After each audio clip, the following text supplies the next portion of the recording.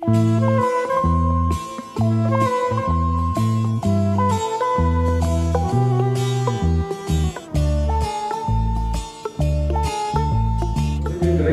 товарищи, уважаемые участники научно-практической конференции Якутского республиканского отделения Ленинского коммунистического союза молодежи Российской Федерации, посвященной столетию со дня рождения Зои Космодемьянской и 105-летию образования Ленинского комсомола, гражданско-патриотическое воспитание детей и молодежи.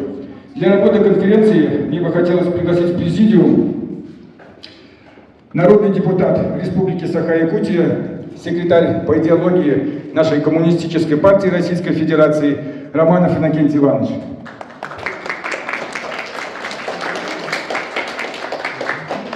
Второй секретарь Якутского райкома Ленинского коммунистического союза молодежи Российской Федерации Харлампин Сергей.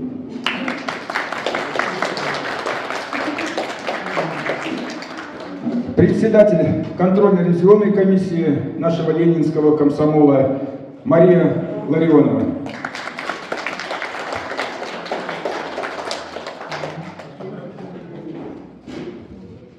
Друзья, прошу всех встать, звучит гимн Ленинского коммунистического союза Российской Федерации в честь 105-летия Ленинского комсомола.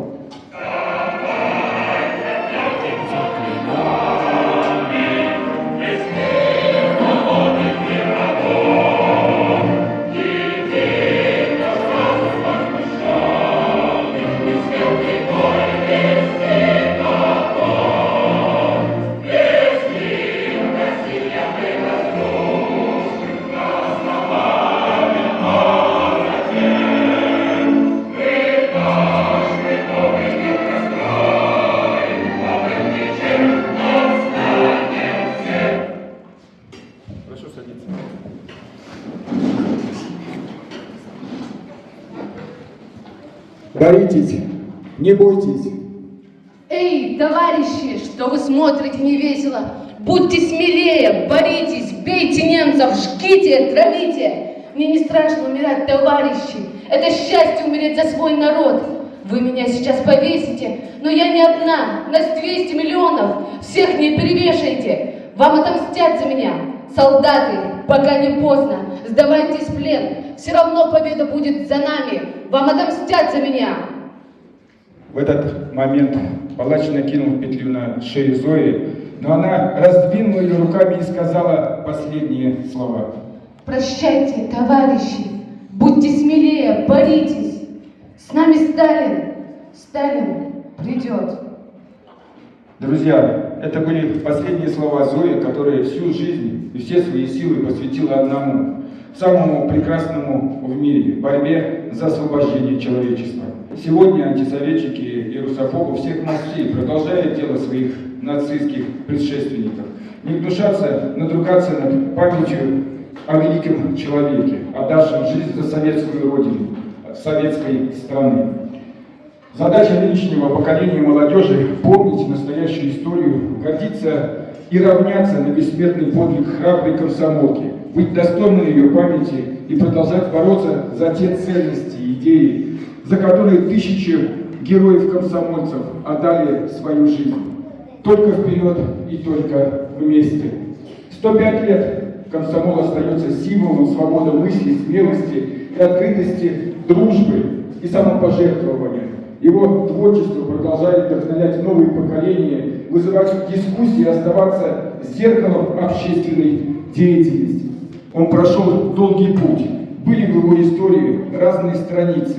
И героические, и печальные. Судьба комсомольцев всегда находится на переднем крае. Так было на полях сражений гражданской и Великой Отечественных войн, в мирных стройках, когда силами советской молодежи были созданы сотни тысяч промышленных и сельскохозяйственных объектов, дорог и магистралей.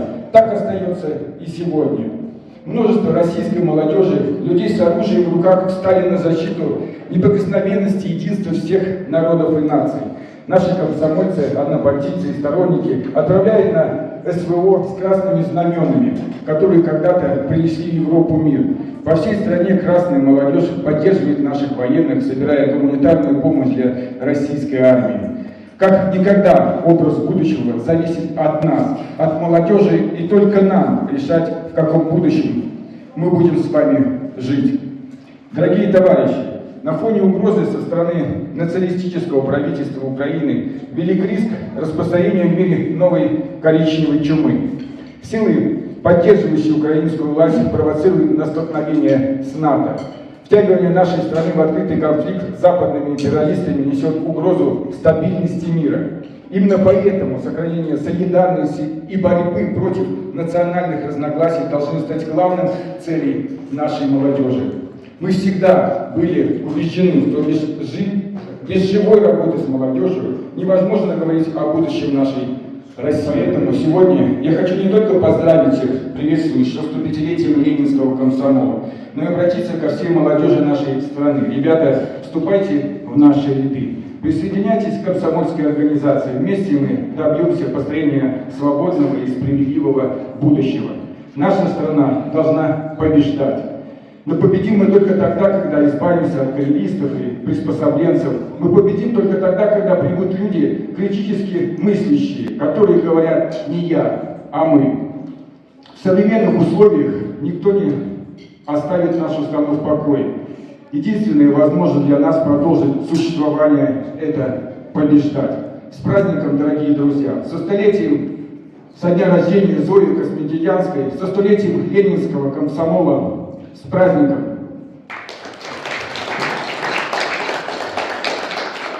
Для приветственного слова секретарю Якутского райкома КПРФ, народному депутату Республики Саха-Якутия Романову Иннокентию Ивановичу. Дорогие товарищи, дорогие друзья, сегодня действительно очень знаменательный день. Комсомол наш проводит научно-практическую конференцию, посвященную 105-й годовщине образования Всесоюзного Ленинского коммунистического союза молодежи и столетию со дня рождения Зои Космедемянской, известной героини Великой Отечественной войны, комсомолки, партизанки, как ее называют. Да? Вот. Я хочу сказать, что 29 октября, день рождения комсомола, на Комсомольской площади у памятника комсомольцам-добровольцам собрались бывшие, пришло человек около 20, значит, из них очень много бывших секретарей якутского комсомола разных рангов, от обкома, горкома, райкомов. Вот. Были наши коммунисты, были комсомольцы, и мы возложили торжественные цветы к памятнику комсомольцам. Ну, я там тоже открывал. Я хочу сказать, что действительно вот здесь присутствуют в зале 3 поколения наших значит, людей. Это пионеры, значит, вот будущие комсомольцы, это значит, ребята, которые вот тоже сейчас знакомятся с историей комсомола, с историей пионерской организации, да? Потому что в Советском Союзе это были очень массовые, очень патриотические организации. И тут же присутствуют комсомольцы, но комсомольцы, они, как говорится, современный комсомол у нас, да, работает в совершенно других условиях, поэтому, конечно, есть свои особенности, но комсомол остается комсомолом всегда. И как вот сказал Вячеслав Сергеевич, значит, комсомол всегда был застрельщиком всех передовых идей, передовых инноваций, всяких трудовых дел. Он участвовал как в трудовых буднях, так и в Великой Отечественной войне. 3,5 миллиона комсомольцев стали героями Советского Союза. Вот. И тут присутствуют ветераны комсомола, ну, ветераны партии комсомола. Да? Вот. Это и профессор Лазарь Степанович Филиппов, это бывший министр сельского хозяйства, партийный комсомольский деятель, значит, Прокопий Семенович Иванов. Да? Здесь сидят очень заслуженные значит, работники культуры, работники профсоюзов, такие как Альбина Герасимовна Иванова, такие как Августина Николаевна Исакова, вот, Тамара Николаевна Черепанова, Александр Афанасьевич Неустроев и так далее. Это вот люди, здесь присутствует, да, Стефанский Валерий Валентинович, которого все очень хорошо знаете, это тоже, да, и вот подошел директор школы, 26-й школы, Да, значит, депутат городской думы, наш, как говорится, член бюро Якутского лескома Васильев Аян Ильич. Тоже, он возглавлял комсомол уже в постсоветское время. Вот, был предшественником нашего Вячеслава Макарова. Я хочу сказать, да, здесь же активистка и старшая пионервожатая, значит, нашей республики, Оконечникова Людмила Викторовна, ну и много других интересных людей, которые, может быть, я не всех знаю. Я хочу сказать, что комсомол это действительно, это не только, это, ну, как сказал Маяковский, коммунизм это молодость мира, его возводить молодым, а молодые это у нас комсомольцы, пионеры, октябрята и так далее. Но, как говорится, всегда комсомол работал под руководством партии. А партия все-таки у нас это главный наш вождь, действительно, да, это наш рулевой.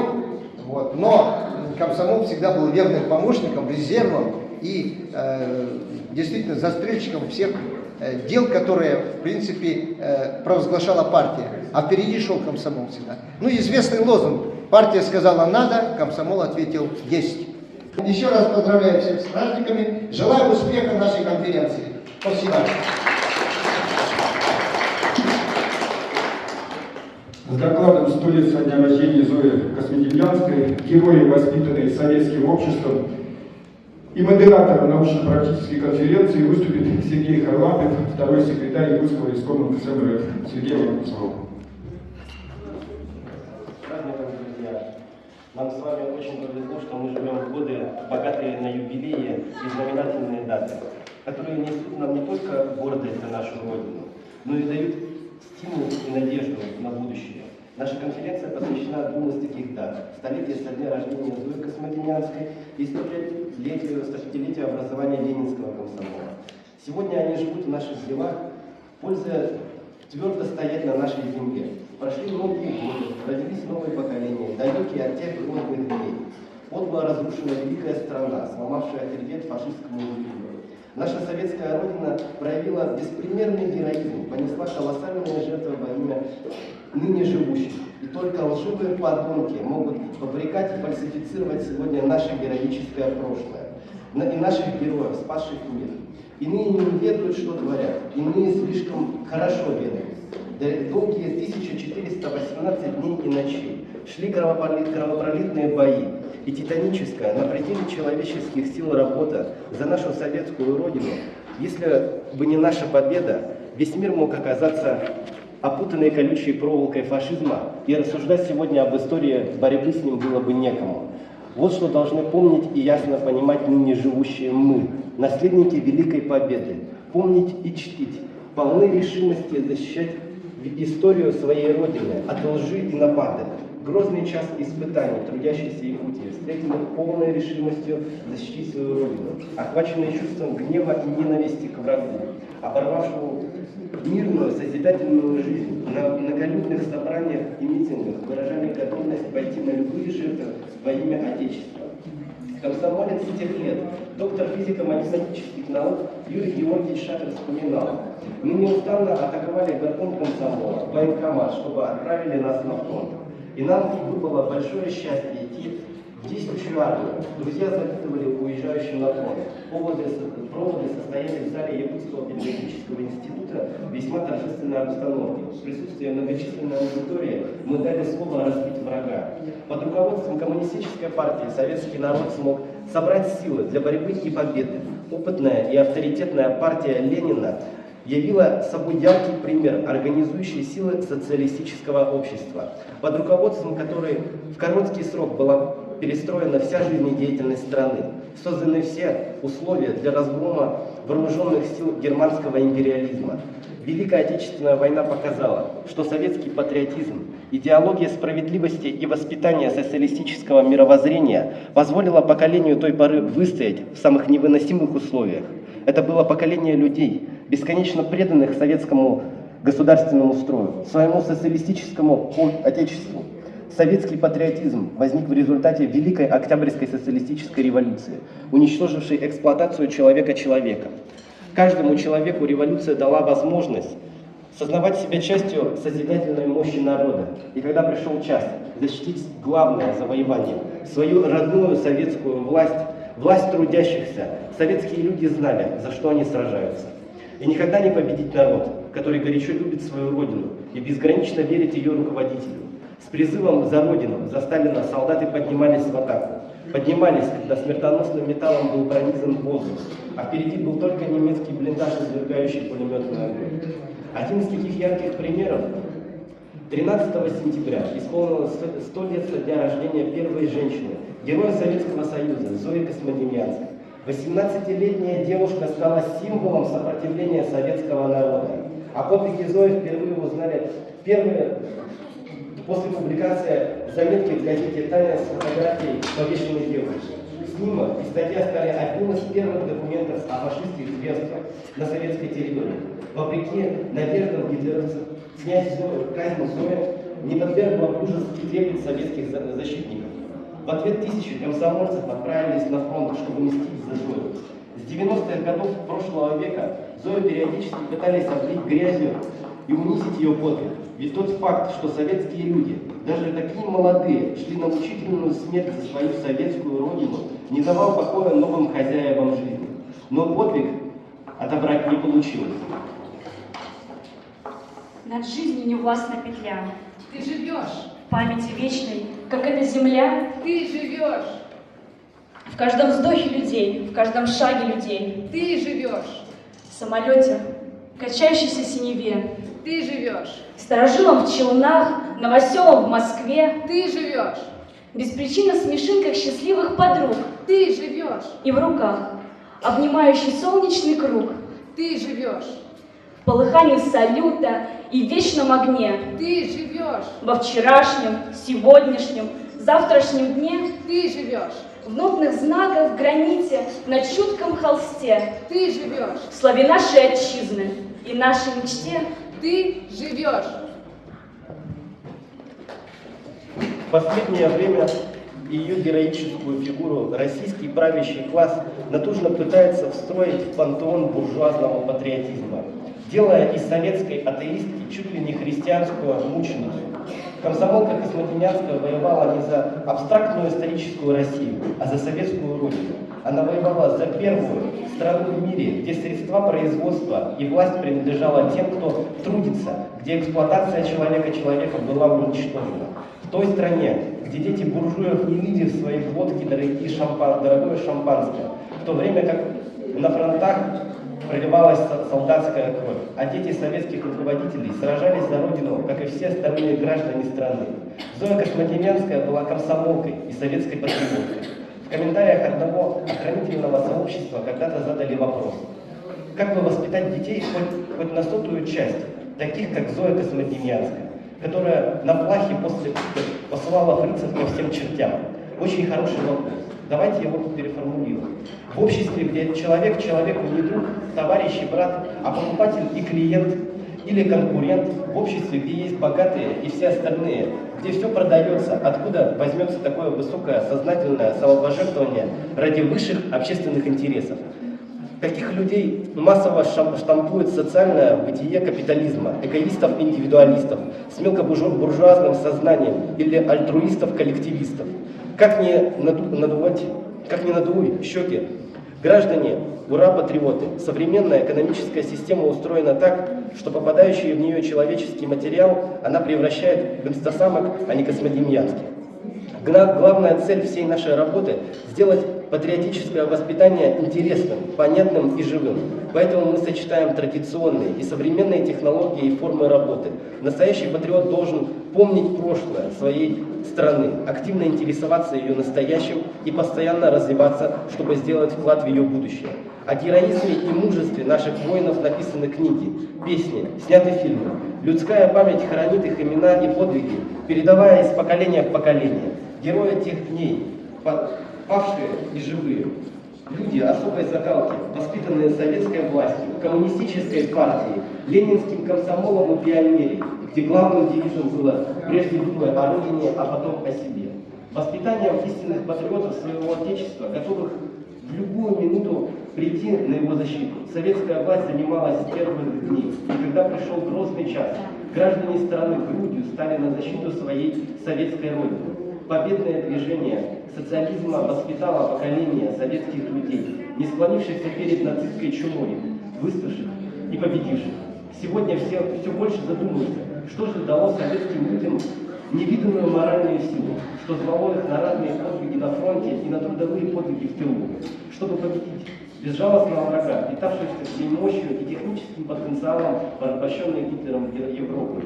Особая роль в нашей победе принадлежала советской школе, учителю, обучившим и воспитавшим настоящих патриотов своей родины, сделав образование общедоступным и подняв его на невиданное качество высоту. Советская власть подготовила кадры для гигантского индустриального прорыва СССР и для будущего победы. И при том, что 80% жителей дореволюционной России не умели читать и писать. Советское образование стало лучшим в мире, воспитывая истинных патриотов и обеспечив прорыв в космос. Истоки этого идут к первым годам советской власти, когда партия и Ленин пристально и внимательно относились к проблемам школы. За неполные 5 лет после октября Владимир Ильич подписал 192 декрета и постановления Совнаркома о народном образовании. К этому же времени относится более 270 его собственных публикаций, выступлений и писем по данному вопросу.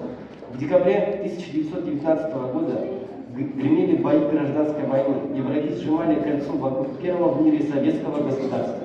Владимир Ильич Ленин подписал декрет о ликвидации неграмотности среди населения, согласно которому все граждане от 8 до 50 лет, не умевшие читать и писать, обязаны учиться грамоте. Сегодня советская школа была насквозь пропитана высоким чувством гражданственности и патриотизма. Того советского патриотизма, который стал источником победы в Великой Отечественной войне. Спасибо.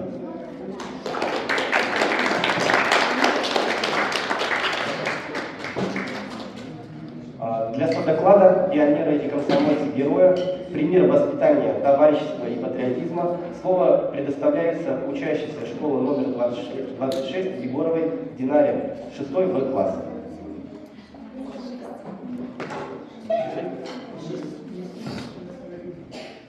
Здравствуйте, уважаемые участники научно-практической конференции. Меня зовут Егорова Динара, ученица 6 В класса Мартинской школы номер 2. Тема моего доклада – пионеры и комсомольцы-герои. Пример воспитания чести, товарищества и патриотизма. Пионеры и комсомол играли огромную роль в системе воспитания подрастающего поколения. Пионерская организация использовала различные методы работы с молодежью, привлекала пионеров к общественно-политической жизни народа, занималась нравственным воспитанием, учила труду и обороне. Каждый ученик, вступая в ряды пионерской организации, торжественно давал клятву, где обещал горячо любить свою родину, жить, учиться и бороться, как завещал великий Ленин, как учит коммунистическая партия, всегда выполнять законы Советского Союза. В годы Великой Отечественной войны огромную роль сыграли дети. Они внесли несомненный вклад в победу над фашизмом. Так, Разин Марат Иванович, юный партизан, родился 29 октября 1929 года в деревне Станьково, в крестьянской семье. Окончил 4 класса сельской школы. Когда война обрушилась на белорусскую землю, где жил Марат с Анной Александровной, куда и ворвались фашисты, Марату осенью уже не пришлось идти в школу в 5 класс. За связь с партизанами была схвачена Анна Александровна. Она прятала у себя раненых партизан, и вскоре Марат узнал, что маму повесили в Минске. Вместе с сестрой Адой пионер Марат Кази ушел к партизанам в лес. Он стал разведчиком штаба партизанской бригады. В первом же бою 9 января 1943 года Марат Кази проявил мужество и отвагу. Позднее много раз проникал во вражеские гарнизоны и доставлял командованию ценные разведывательные данные. 11 мая 1944 года, возвращаясь с задания, Марат и командиры разведки наткнулись на немцев неподалеку от деревни. Командиры убили сразу. Марат отстреливался, залег в ложбинке. Уходить в чистом поле было некуда, да и возможности не было. Марат был тяжело ранен. Пока были патроны, держал оборону. А когда магазин опустел, взял в руки свое последнее оружие, 2 гранаты, которые с пояса не снимал. Одну бросил немцев, а вторую оставил. Когда немцы подошли совсем близко, взорвал себя вместе с врагами. О чем думал подросток в свои последние мгновения? Также неизменный вклад в войну внес и Леня Голиков. Когда его родное село захватил враг, мальчик ушел в партизанский отряд. Леня не раз ходил в разведку, приносил важные сведения в партизанский отряд. Был в его жизни бой, который Леня вел 1 на 1 с фашистским генералом. Граната, брошенная мальчиком, подбила машину. Из нее выбрался гитлеровец с портфелем в руках и, отстреливаясь, бросился бежать. Леня почти километр преследовал врага и, наконец, убил его. В портфеле оказались очень важные документы, которые немедленно были отправлены в Москву. Зина Портнова, пионерка, подвиг, который восхищает стойкостью, мужеством и несгибаемостью своего характера. Юная девочка была до смерти замучена фашистами. Зина была членом подпольной комсомольской молодежной организации «Юные мстители». Она участвовала в дерзких операциях против врага, в диверсиях, распространяла листовки и вела разведку. Но в декабре 1943 года пионерку, возвращавшуюся со задания, выдал предатель. Фашисты схватили юную партизанку, ответом Зины было молчание, презрение и ненависть. Во время одного из допросов Зина схватила со стола пистолет и в упор выстрелила в гестаповца. Но не только стоит знать и помнить подвиги этих ребят, но и отвагу Вали Котика, смелость Володи Казначеева, мужество Васи Коробко, храбрость Нади Богданова и многих других. Все эти совсем юные ребята боролись за свободу, за будущее своей родины, за благополучие. У детей было огромное желание подчинить помощь фронту. Все для фронта, все для победы. Девиз 12-летних мальчишек и девчонок огненных 40-х. В тылу дети изо всех сил помогали взрослым все дела. Когда опустили цеха заводов, тогда на заводы пришли женщины и подростки. Женщины сказали: мы заменим наших мужей, а подростки сказали: мы научимся работать на станках наших отцов и старших братьев. Сутками трудились ребята на заводах, фабриках. Таким образом, мы считаем, что важно помнить не только имена героев, но и тех, кто их воспитал, а именно вклад Советского Союза в воспитание подрастающего поколения, для которых слова «горячо любить» и «беречь свою родину» значили много, и которые действительно любили и берегли ее, жертвуя собой ради общей победы. Данная тема исследования актуальна и требует дальнейшего изучения. Материалы моего исследования можно использовать для проведения классных часов, уроков истории и экскурсий. В своем выступлении хотелось бы закончить предложением открыть на базе школы музей, посвященный пионерам-героям. Спасибо, у меня все.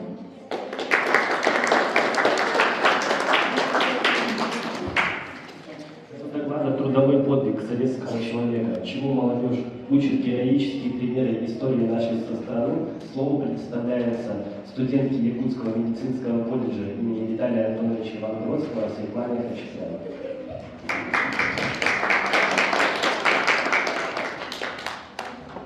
Трудовой подвиг в мировое время оставил след для молодежи всей страны, а сегодня молодые люди с оружием в руках отстаивают честь и независимость России.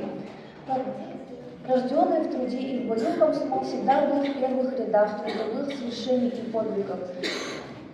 Начавшееся в 1974 году всесоюзное строительство Байкало-Амурского магистрали стало историческим событием и имело для Якутии особое значение. В Якутии произошел новый вид транспорта – железнодорожный. А для этого требовалось строительство по маршруту Байкало-Амурский магистраль Тында-Беркакит, который назвали «Малый Байкало-Амурский магистраль». Это якутский участок дал развитие южно-якутскому территориальному производственному комплексу, железнодорожным путем связал Нерюнгри со всеми городами страны.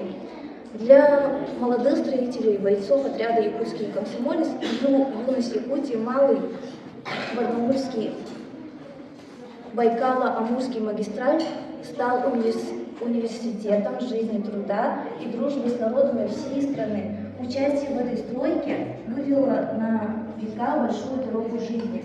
В апреле 1974 году в 17-м съезде комсомола в Москве Байкало-Амурский магистраль объявили всесоюзный удар комсомольской стройкой. И правительство Якутии СССР, поддержав призыв, дало Якутскому обкому, Всесоюзному Ленинскому коммунистическому союзу молодежи сформировать отряд и направить на строительство Байкало-Амурской магистрали. Так сформировался отряд якутский комсомолец. Командир отряда был Анатолий Климов, комиссар Гаврил Адамов. За спиной ребят километры возведений станций метро и поселки, сотни километров уложенных подъездных и станционных железнодорожных путей. Отряд «Юность Якутии» полным составом влился в строительно-монтажный поезд 995 «Юность Якутии», кандидатом отряда Валерий Фомин, комиссар Семен Михайлов. Начальник строительно-монтажного поезда Евгений Иващенко. Как и лидер комсомола, первый секретарь обкома комсомола Алексей Тусов и первый секретарь Нижнегородского горкома Дмитрий Трофимов проявили постоянную заботу о молодых строителях. Ведь здесь были практически вчерашние школьники, большинство из них из сельских районов. Республика гордится именами бойцов отряда «Якутский комсомолец» и «Юность Якутии», строительством немалого Байкало-Амурского магистрали. Их имена вписаны в летопись комсомольской славы Якутии: Алексей Иванченко, Максим Габышев, Анатолий Климов, Гаврил Адамов, Руслан Николаевич, Николай Пухов, Иван Босиков, Анастасия Павлова, Семен Михайлович и многие другие. И сегодня их жизнь, героический труд, яркий пример для молодежи всех поколений. Жизнь продолжается, и дело продолжается, ставший опорным для сооружения основного участка Байкало-Амурской магистрали от Транссиба и до Беткакита и Нерюнги был сооружен в 1979 году. Центральный участок магистрали от Нерюнги до Томмода был построен в 2004 году. Северный участок, построенный в 2011 году, соединяется с центральным районом республики и городом Якутском, железнодорожной сетью России. С развитием железнодорожного движения связывается будущее нашего сурового северного края. Сейчас перед нами стоит задача сохранить, нарастить самостоятельное развитие страны. Спасибо.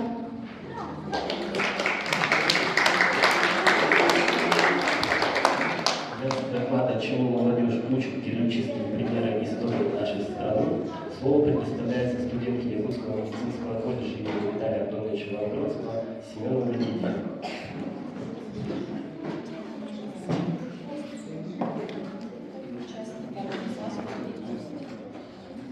Выступление будет о боевых и трудовых подвигах советских женщин. Неоценимый вклад в победу над фашизмом внесли советские женщины, ставшие на защиту своих. Статья о моральном подвиге нашего народа Михаил Иванович Калинин писал: «Все предыдущие имеют перед великой идеей нынешней войны, перед героизмом и жертвенностью советских женщин, проявляющих гражданскую доблесть, выдержку при потере любимых и энтузиазм в борьбе с такой силой, и я бы сказал, величественностью, каких никогда не наблюдалось в прошлом». Советские женщины, как равноправные члены социалистического государства, были в годы Великой Отечественной войны Дорогие участники, давайте внимательно послушаем. равноправными его защитниками. Женщины и девушки служили в рядах Красной Армии, участвовали в партизанском движении, принимали самое непосредственное и деятельное участие в изгнании оккупантов советской земли и в полном их разгроме. О боевых и трудовых подвигах советских женщин написано много книг, очерков, документальных повестей, журнальных и газетных статей. Женщинам-воинам и труженицам тыла поэты и писатели посвятили множество своих произведений. Уже в годы Отечественной войны были написаны первые страницы истории о вкладе советских женщин в защиту социалистической отчизны. Ратные и трудовые подвиги советских женщин нашли освещение в ряде работ первой послевоенное десятилетие. Известно, что война началась при крайне неблагоприятных для СССР соотношениях сил в Германии. Особенно тяжело отразилась на развитии военной экономики потеря важных экономических районов страны в начале войны. В результате оккупации противником значительной части советской территории страна лишилась территорий, на которой до войны производилось 68% стали, 60% алюминия, 62% добываемого угля. Неоднократно во время войны у советских воинов была одна винтовка на двоих. Путем огромных усилий в 1942 году СССР стала производить больше оружия, чем Германия. Сталин, поднимая на новую священную войну с фашизмом, предостерегал советский народ от недооценки врага, вооруженного мощной боевой техникой, имевшего опыт ведения современной войны. Сталин призывал народ к тому, чтобы в беспощадной борьбе с врагом отстаивать каждую пять советской земли, драться до последней капли крови за наши города и села, проявлять смелость, инициативу и сметку, свойственную нашему народу. По всей стране звучали лозунги «Все для фронта, все для победы. Фронт требует, будет выполнен». Советская власть, социалистический способ производства обеспечили женщинам нашей страны возможность активной трудовой деятельности. Активное участие женщин в созидательном труде резко изменило их положение в народном хозяйстве. Намного возросла их доля участия в производстве страны. Благодаря заботам и большой организаторской работе партии уже в годы первых пятилеток советские женщины стали активными строителями социализма в СССР. Женщины овладели такими профессиями, которыми прежде были под силу только мужчины. В 1939 году только в металлообрабатывающей промышленности около 50 тысяч женщин работали токарями, 40 тысяч женщин слесарями и 24 тысячи фрезеровщицами и 14 тысяч были инструментальщицами. Советские женщины заняли место и в рядах интеллигенции. Если до победы октября женщина-инженер была редким исключением в России, то в 1934 году женщины составляли 10% инженерно-технического персонала промышленности СССР, а в химической промышленности они составляли 22,5%. Призыв Коммунистической партии к женщинам заменить мужчин, ушедших на фронт, встретили у них горячий отклик. Сотни тысяч девушек и женщин добровольно приходили на производство. Только в Москве в дни войны на производство пришло 374 тысячи женщин-домохозяек. Из них более 100 тысяч на промышленные предприятия столицы. В осажденном Ленинграде уже в первые дни войны на Кировский завод 500 домохозяек, и их число возрастало с каждым днем. В августе 1941 года на механическом цехе этого завода женщины составляли 90% всех работающих. Первые 2 месяца войны на заводы и фабрики Горького пришло 11 600 женщин, и в основном это были домохозяйки. Они занимали самые разные должности и становились кузнецами, слесарями, формовщицами и нагревальщицами. Приток женского труда в промышленности страны за счет домохозяек возрастал из месяца в месяц. К октябрю 1941 года женщины составляли 45% всех рабочих страны. Советские женщины совершили бессмертный подвиг во имя Родины и страны, преодолевая величайшие трудности военных лет, не щадя сил. Они делали все, чтобы обеспечить фронт, что требовалось для победы на фронте. Друзья, есть ли какие-то вопросы из зала за докладчиком? Нет, ну хорошо. Подводя итоги нашей конференции, незаслуженных докладов можно сделать выводы. Молодежь тех тяжелых для страны лет, где бы они ни были, в чем бы они ни участвовали, на полях Великой Отечественной, на ударных стройках, в науке и покорении космического пространства, воспитанники ленинского комсомола всегда шагали в авангарде борьбы и труда. Для миллионов молодых людей поставленные задачи коммунистической партии, призывы комсомола были символом надежды на достижимое счастливое будущее, победа над врагом, победа социализма. И сегодня, стоя на краю крупнейшей в мире истории, молодежная политическая организация «Ленинский комсомол», не прекращая борьбы за права человека, труда и социальную справедливость, впереди немало задач и трудностей, с которыми мы все дружно, как и всегда, обязательно должны справиться. Товарищи, переходим к восстановлению докладов научно-практической конференции Якутского республиканского отделения ЛКСМ РФ по теме «Гражданско-патриотическое воспитание детей и молодежи, приуроченных к столетию со дня рождения Зои Космодемьянской и 105-летию образования Ленинского комсомола». Второе. Провести встречи с участием школ, вузов, СУЗов по итогам проведения научно-практической конференции по теме «Гражданско-патриотическое воспитание». Направить сборник с предложением провести республиканскую научно-практическую конференцию «Гражданско-патриотическое воспитание» в министерства и ведомства, отвечающие за реализацию закона Республики Саха-Якутия от 24.04.22 года о патриотическом воспитании в Республике Саха-Якутия, выйти с предложением министру образования и науки Республики Саха-Якутия о создании музея истории развития детских и молодежных организаций средних образовательных школ Республики Саха-Якутия.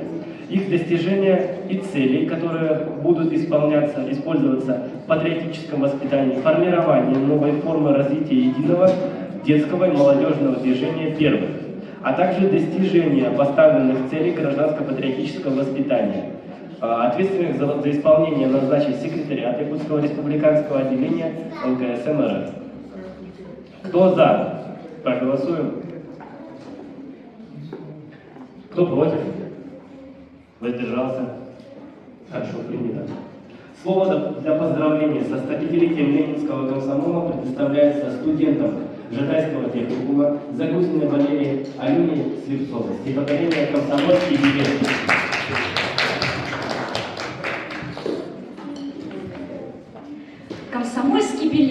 Комсомольский билет, ты у сердца согрет молодого.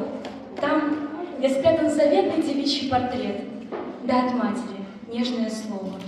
Все, что было, что будет и есть, все, что согреет на свете, нашей юности цвет, нашей Родины честь, все слилось в комсомольском билете. Пионерских костров золотая зола, необъятные наши просторы, наша школа, где крепкая дружба росла, комсомольские жаркие споры, вечеринки, собрания и ночи без сна, и любовь, и работа большая. Комсомольский билет — это наша страна, это молодость наша родная. В гимнастерке погодной у сердца согрет верный спутник отваги и чести. Ты на подвиг зовешь комсомольский билет, неустанно взываешь о мести. Совесть живая, с бойцом говоришь, слыша сердце биение любое, прославляешь героев и трусов клеймишь, являешь для смертного боя. Комсомольцы всегда и везде впереди, не дают они клятву впустую, как святыню они берегут на груди комсомольскую книжку простую. Без победы ни жизни, ни радости нет, ни свободы, ни дома родного. Комсомольский билет, ты у сердца согрет, ты у сердца согрет молодого.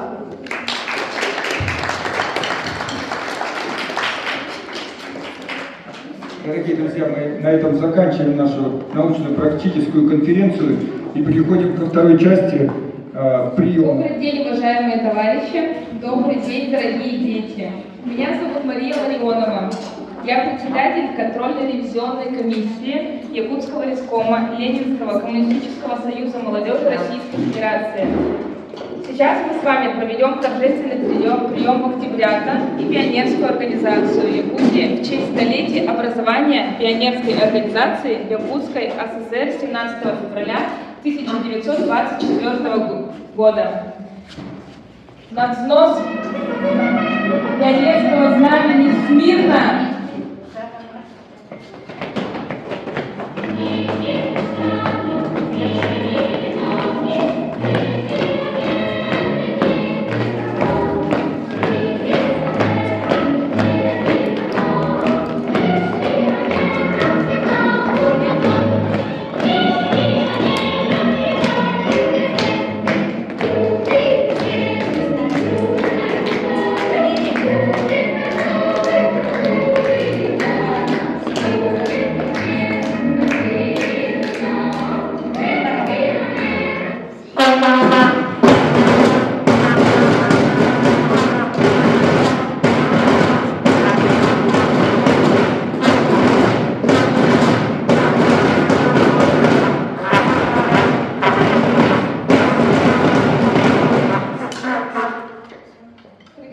Сдать рапорта командиру Октябрят средней образовательной школы номер 26 сдать рапорт.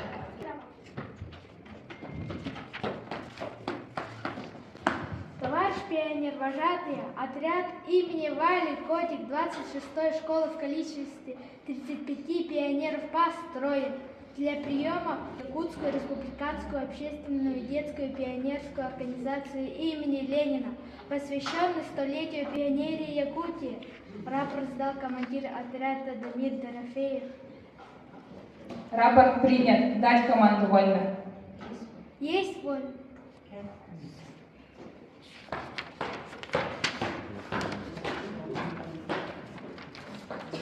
Товарищ первый секретарь Якутского райкома Ленинского коммунистического союза молодежи Российской Федерации. Отряды среднеобразовательной школы номер 26 города Якутска для торжественного приема, посвященного столетию пионерии Якутии в детские организации «Октябрят» и пионеров построены.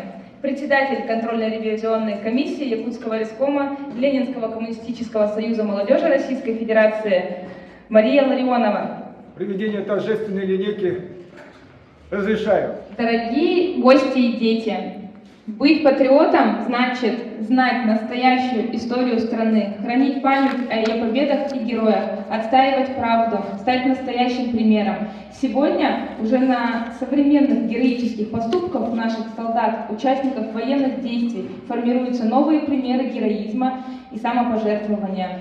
А мы большое значение придаем этому, оживляя у ребенка образ героев, даем им почувствовать сопричастность, предоставляем возможность понять героические поступки и то, что ими двигало, вело на подвиг. Вы спросите, зачем? Да потому что именно вам, молодому поколению, начинать и строить на основе этого новое, прокладывать новые пути, начинать новые полезные дела. Удачи вам, дорогие друзья, в нелегком для нас деле. А вам, дорогие дети, интересных, понятных и живых мероприятий. Сегодня ряды пионеров пополняют уже выросшие из Октябрят юные ленинцы.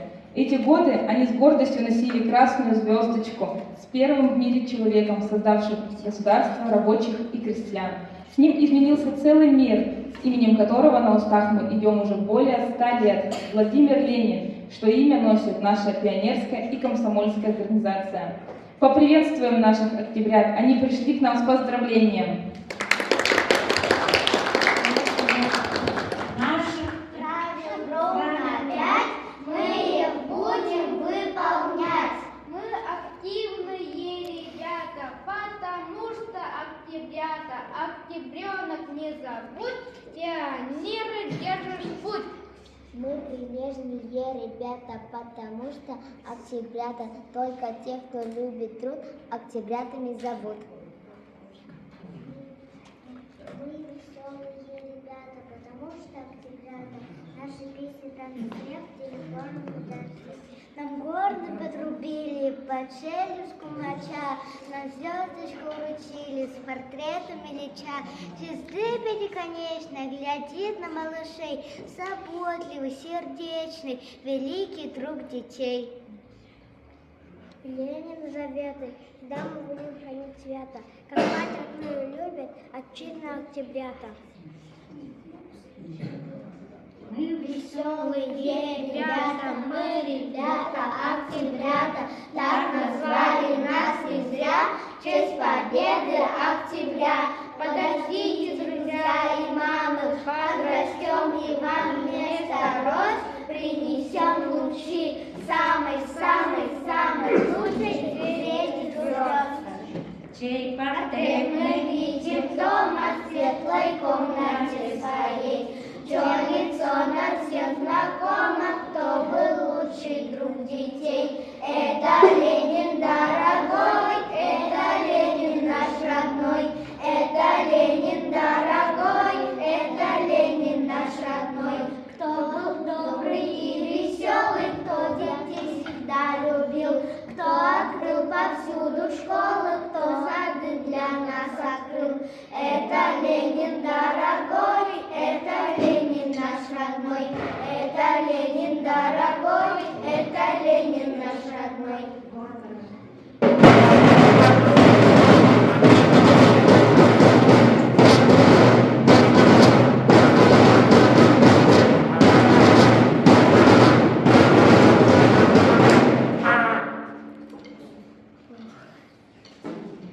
Отряды, смирно!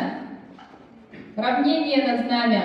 Сегодня, в честь столетия пионерии Якутии, мы принимаем пополнение в ряды юных ленинцев, лучших учащихся школы номер 26 города Якутска. Ребята, пионер значит первый. Пионер должен быть правдивым, а для этого есть честное пионерское слово. Все знают, если пионер дал честное пионерское слово, значит он всегда сказал правду.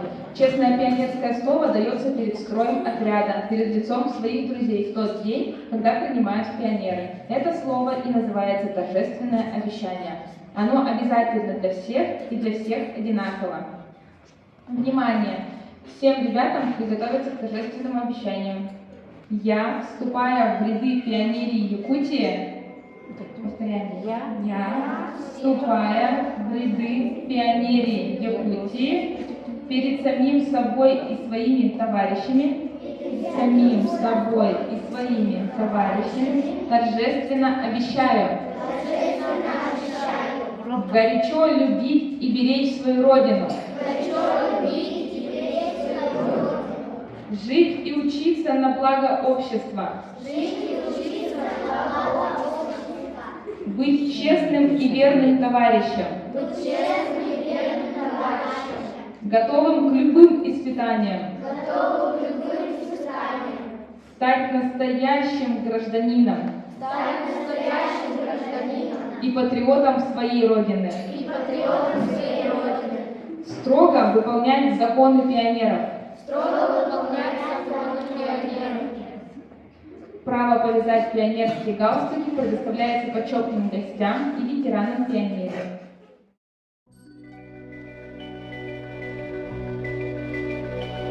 Слышу голос из прекрасного далека, голос утренней в серебряной росе.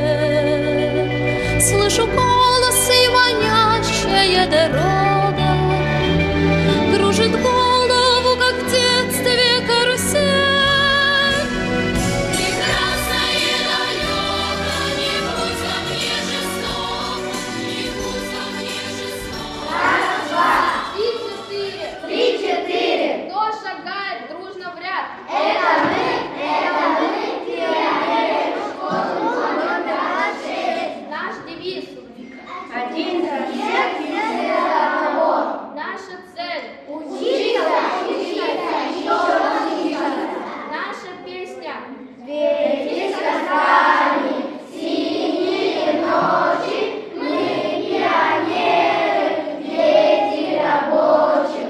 Близится эра светлых годов, клич пионеров всегда будь готов. Клич пионеров всегда будь готов. Наши стихи.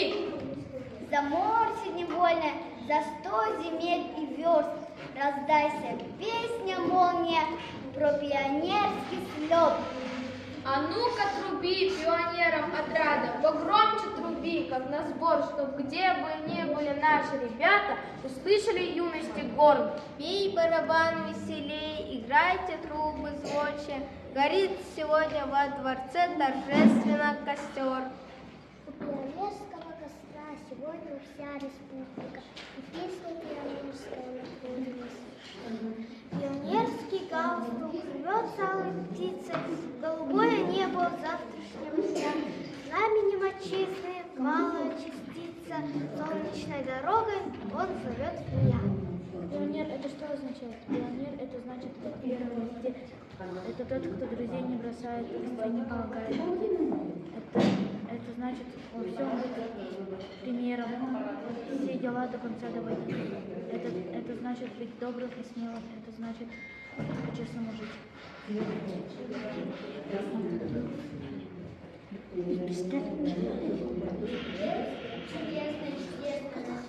Погромче. Мальчишками и девчонками известна, она лишь карту не занесена. Есть такая страна на планете, она одна на белом свете, делу Ленина верна, дружна, сильна, пионеры — чудесная страна.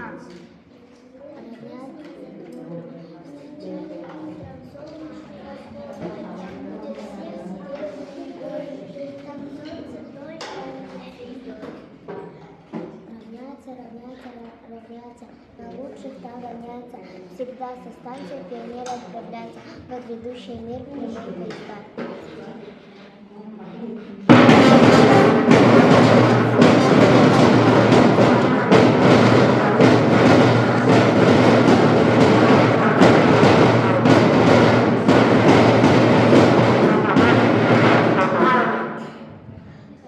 Отряд, равнясь, смирно! К борьбе со светлой будущей нашей Родины будьте готовы! Всегда готовы! Уважать, помнить великие дела старшего поколения будьте готовы! Всегда готовы!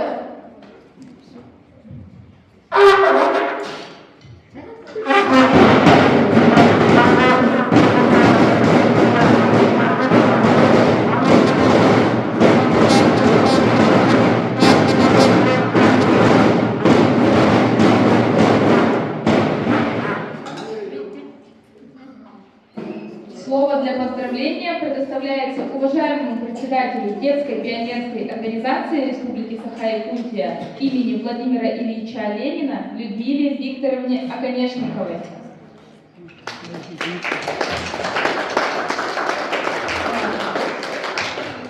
Дорогие комсомольцы и наследники наши, юные сегодняшние пионеры, я поздравляю с этим великим днем, когда и комсомольцы, и коммунисты, и пионеры, и октябрята собрались в этом чудесном зале, библиотеке, где мы всегда черпаем знания большие.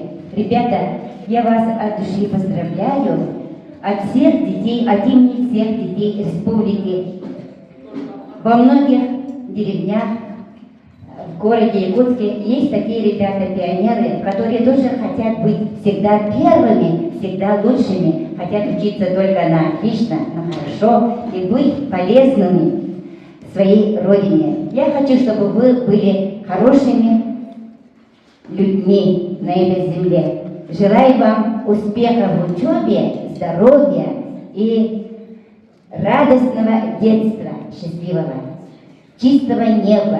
А нашим наставникам Кристине Ивановне, нашим коммунистам, наставникам комсомольского движения, партийного движения, пионерского движения, большой поклон. И будем вместе встречать в феврале 100-летие пионерии Якутии. У нас очень много ребят сегодня пришли, чтобы встретить этот замечательный юбилей. Всех вас поздравляю, ребята!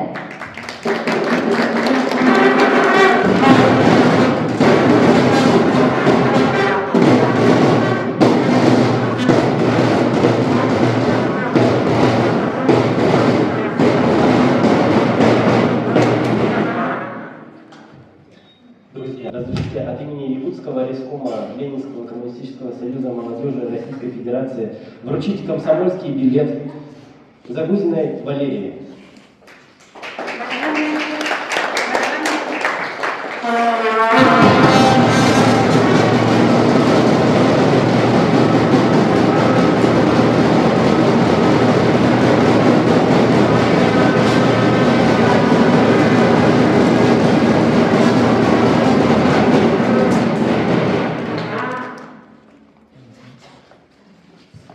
Также передать альбом в музей 26-й школе Кристине Ивановне Зубовской.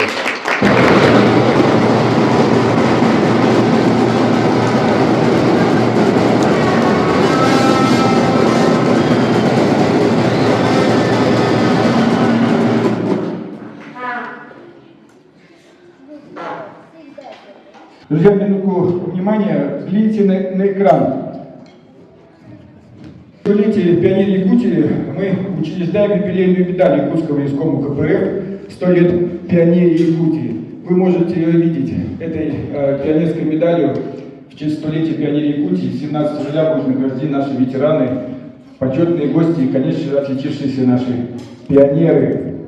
И вместе с вами даем старт празднованию столетия пионерии Якутии. В рамках юбилея, который пройдет множество интересных мероприятий. Активно участвуйте в них, а также объявляем о торжественной линейке приемов пионерской организации Якутии 17 февраля 2024 года. Друзья, живите интересами своей страны, делитесь с ней все радости и тяготы жизни, гордо несите звание октябренок, пионер, комсомолец. Знаете, каждый из вас это надежный товарищ, всегда поступающий по совести и чести. Мы желаем вам быть достойными гражданами своей великой Родины. Наша Якутия растет и крепнет вместе с вами и сегодня.